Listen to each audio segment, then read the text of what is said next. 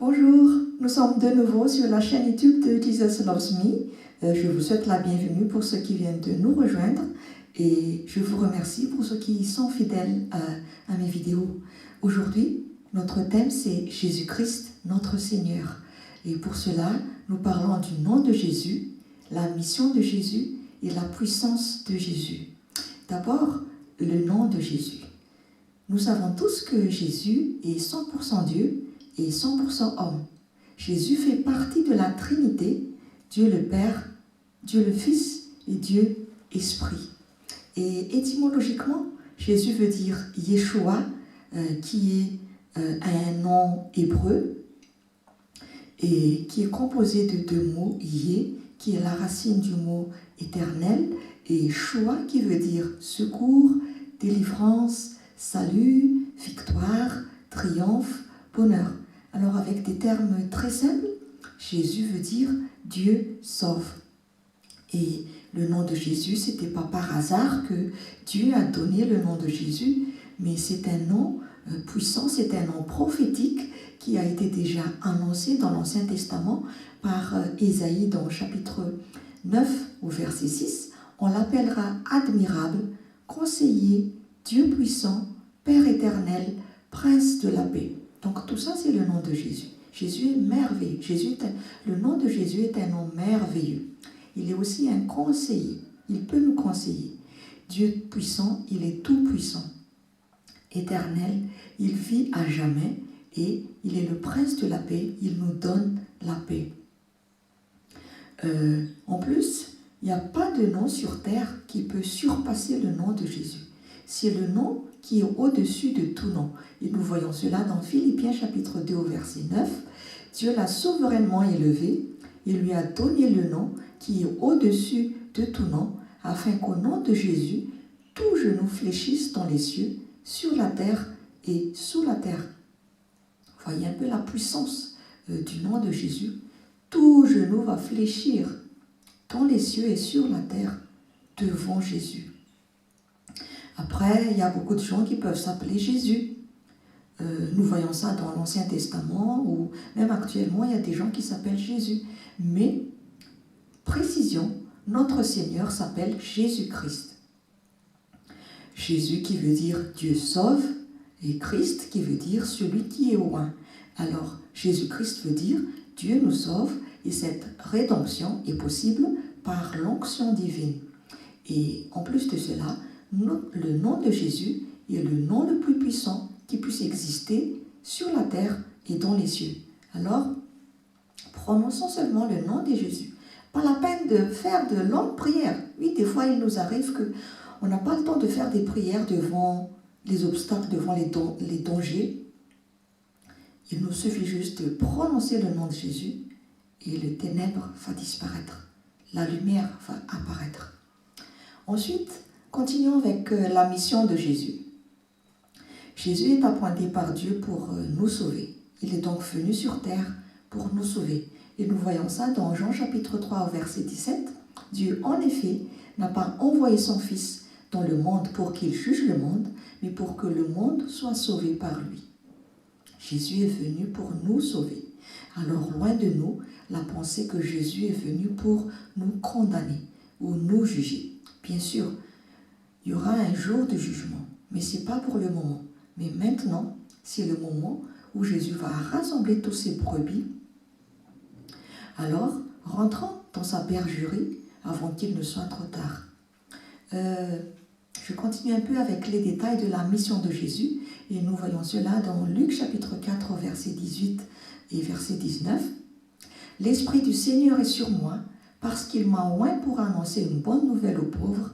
Il m'a envoyé pour guérir ceux qui ont le cœur brisé, pour proclamer aux captifs la délivrance, aux aveugles le recouvrement de la vue, pour renvoyer libres les opprimés, pour publier une année de grâce du Seigneur. » Et nous pouvons lire ça aussi dans Ésaïe chapitre 61. Oindre, le verbe oindre veut dire frotter d'huile ou bien consacrer. Alors l'onction, c'est la puissance du Saint-Esprit par laquelle les élus de Dieu peuvent faire des miracles. Et ici, l'élu de Dieu, c'est Jésus. Jésus donc a été oint, il a été consacré pour faire des miracles. Après, c'est quoi la contrepartie de cette mission de Jésus? C'est quoi la contrepartie de cette mission de Jésus sur la croix? Eh bien, nous, les êtres humains, en contrepartie, nous recevons le salut, nous recevons la guérison, nous sommes délivrés de la pauvreté, de la captivité, nous sommes libérés du péché originel. Bref, nous avons le shalom. Et je vous invite, si ce n'est déjà fait, à visionner mes vidéos précédentes parce que je parle plus en détail de ce salut. Ensuite, nous voyons dans Jean chapitre 10 au verset 10, « Le voleur ne vient que pour dérober, égorger et détruire. Moi, je suis venu afin que les brebis aient la vie et qu'elles soient dans l'abondance. » Jésus est venu pour nous donner une vie abondante, pour nous donner une vie en abondance. C'est quoi une vie en abondance? Il n'y a rien de manquant, rien de brisé. Une vie en abondance, c'est le shalom. Alors, Jésus est venu nous sauver, non pas pour nous condamner. Et il est venu pour nous donner une vie en abondance. Il est venu pour nous sauver de la mort éternelle. Il est venu pour nous délivrer de la maladie, de la pauvreté, de la captivité. Bref, il est venu pour nous donner le shalom. Et enfin, la puissance de Jésus. Une question peut être se poser, mais pourquoi Jésus? Mais pourquoi pas quelqu'un d'autre?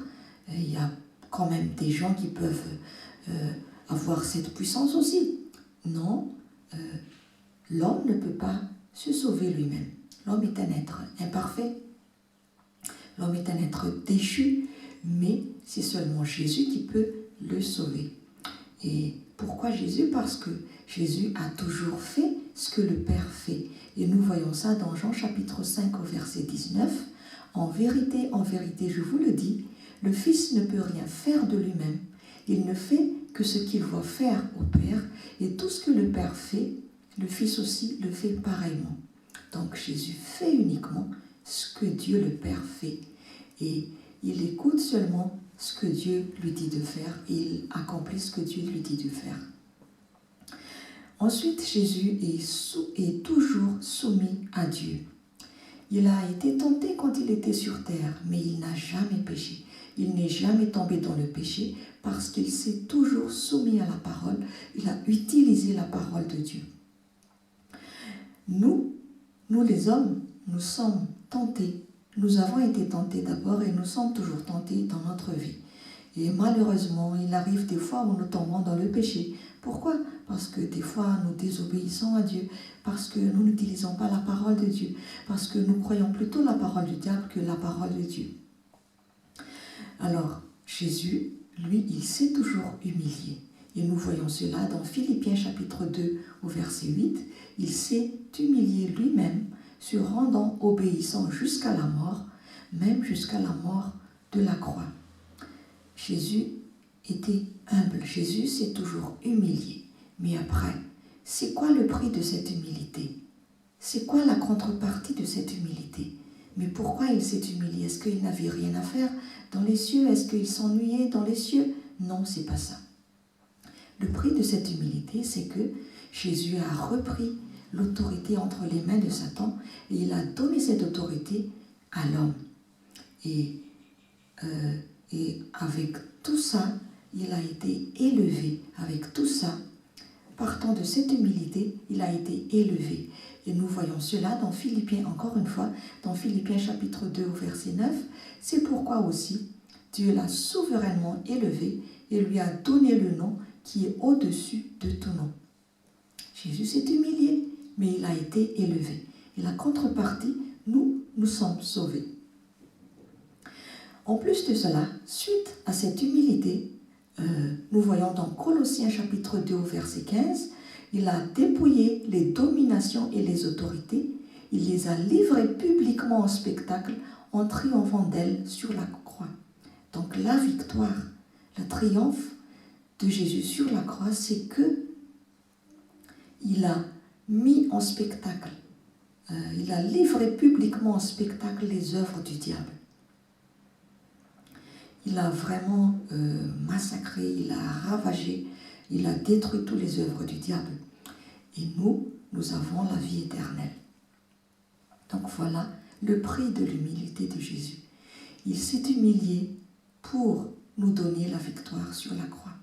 Et bonne nouvelle, nous aussi, nous avons la même puissance que Jésus. Si nous marchons avec le Saint-Esprit, nous pouvons voir aussi la puissance de Jésus qui a livré en spectacle aussi les œuvres du diable. Et nous voyons cela dans Romains chapitre 8 au verset 11. Et si l'esprit de celui qui a ressuscité Jésus d'entre les morts habite en vous, celui qui a ressuscité Christ d'entre les morts rendra aussi la vie à vos corps mortels par son esprit qui habite en vous. Alors si nous avons le Saint-Esprit, si nous recevons Jésus-Christ comme notre Seigneur et notre Sauveur, nous allons avoir aussi bénéficié de la vie éternelle, nous allons voir cette puissance. Alors, l'humilité de Jésus a un prix. C'est quoi le prix? C'est que nous aussi, nous allons être sauvés. C'est que nous allons aussi avoir la puissance et l'autorité que Jésus a repris entre les mains de Satan. Mais ceci est valable uniquement quand nous marchons avec le Saint-Esprit. Ceci est valable uniquement quand nous faisons de Jésus notre Seigneur et notre Sauveur. Et je ne cesserai jamais de le dire encore et toujours. Recevons le Seigneur Jésus comme notre Seigneur et notre Sauveur, car tout est dans cette rédemption de Jésus sur la croix. Pour résumer, Jésus-Christ est le nom qui est au-dessus de tout nom. C'est un nom très puissant. C'est un nom qui a fait basculer vraiment à 360 degrés la destinée de l'homme. Jésus est venu pour nous sauver de la malédiction. Jésus est venu pour nous donner le shalom. Jésus est venu pour nous donner la vie en abondance. Et la force de Jésus, c'est son humilité. La force de Jésus, c'était sa soumission à la parole. Alors, soyons humbles également, comme Jésus, et soyons soumis aussi à la parole de Dieu. Et ainsi, nous triomphons du monde. Ainsi, nous avons la puissance sur les œuvres du diable. Nous serons vaincus, nous serons victorieux. Voilà, c'était Vatsura Fitson. Merci d'avoir visionné jusqu'à la fin. Soyez bénis et nous nous retrouvons dans les prochaines vidéos. Au revoir.